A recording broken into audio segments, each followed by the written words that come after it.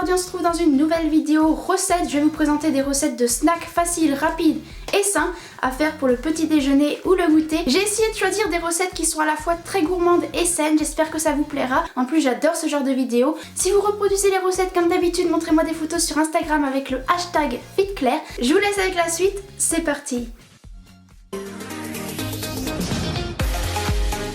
La première recette est une recette de gaufres au sarrasin. On commence par préparer la pâte. Pour cela, je verse dans un saladier de la farine de sarrasin, du sucre de canne, une pincée de sel, un peu de levure et je mélange une première fois. J'ajoute ensuite un œuf et je remélange. Bien sûr, vous pourrez retrouver dans la barre d'informations tous les ingrédients et les proportions. On mélange et je vais finir par verser le lait petit à petit, ainsi qu'un peu de vanille pour un bon goût. Puis je mélange une dernière fois et on va passer à la cuisson des gaufres. Évidemment, il faudra un appareil à gaufres et on va simplement verser la pâte dans la gaufrière et laisser cuire quelques minutes. Et après quelques minutes de cuisson, tadam! C'est prêt, on peut passer à la garniture et à la décoration. Pour la garniture, libre cours à ton imagination. Moi je vais mettre de la crème de marron, de la ricotta et des rondelles de banane. J'aime beaucoup cette association. Et ensuite je recouvre de la deuxième gaufre et je décore le dessus avec du sucre glace. Je mets encore des bananes, des graines de chia, quelques amandes grillées par-ci par-là et pour finir un peu de muesli croustillant. Et voilà, c'est terminé, il ne reste plus qu'à faire une photo pour Instagram et à déguster. Je vous assure que cette recette est gourmande mais aussi et surtout saine.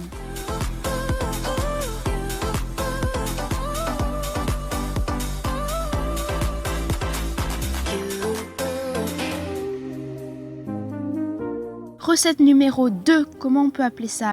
Une tartine, peut-être. Pour cette recette, je vais utiliser un pain suédois, mais une tranche de tout autre pain fera très bien l'affaire. Une fois toasté au grille-pain, je tartine mon pain de ricotta. J'aime utiliser de la ricotta dans mes recettes car c'est crémeux, pas très gras et plutôt riche en protéines. Et ensuite, je parsème ma tartine de graines de chia, de sésame. Je mets aussi du muesli aux pépites de chocolat. J'ajoute des baies de goji, quelques myrtilles et je finis avec un peu de miel. Bref, en gros, vous pouvez mettre tout ce que vous avez sous la main, c'est pas compliqué et super rapide à faire et voilà le résultat.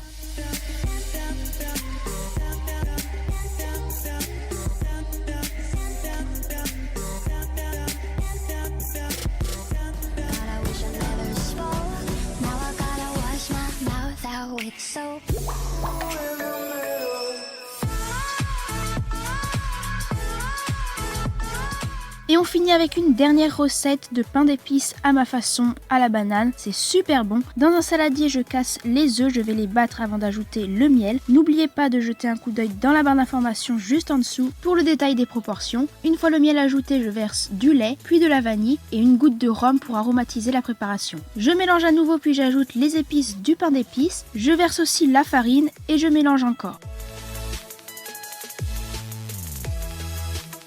Et maintenant j'ajoute la banane que j'écrase grossièrement à la fourchette, je mélange une dernière fois, s'il reste des petits bouts de banane dans la pâte c'est pas très grave, et enfin je verse la préparation dans un moule à cake, je décore le dessus de mon pain d'épices avec une banane coupée en deux dans la longueur, et j'enfourne mon pain d'épices à la banane pour 40 minutes à 180 degrés. Voilà, c'est prêt, c'est une recette pauvre en matière grasse qui ne contient pas de sucre mais uniquement du miel, c'est un pain d'épices ultra moelleux grâce à la banane, et c'est une recette que je vous recommande de tester.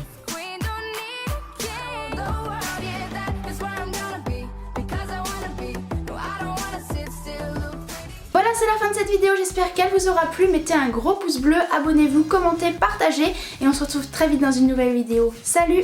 Ah oui, et si tu reproduis mes recettes, n'oublie pas de partager ta photo sur Instagram avec le hashtag FitClaire. Salut!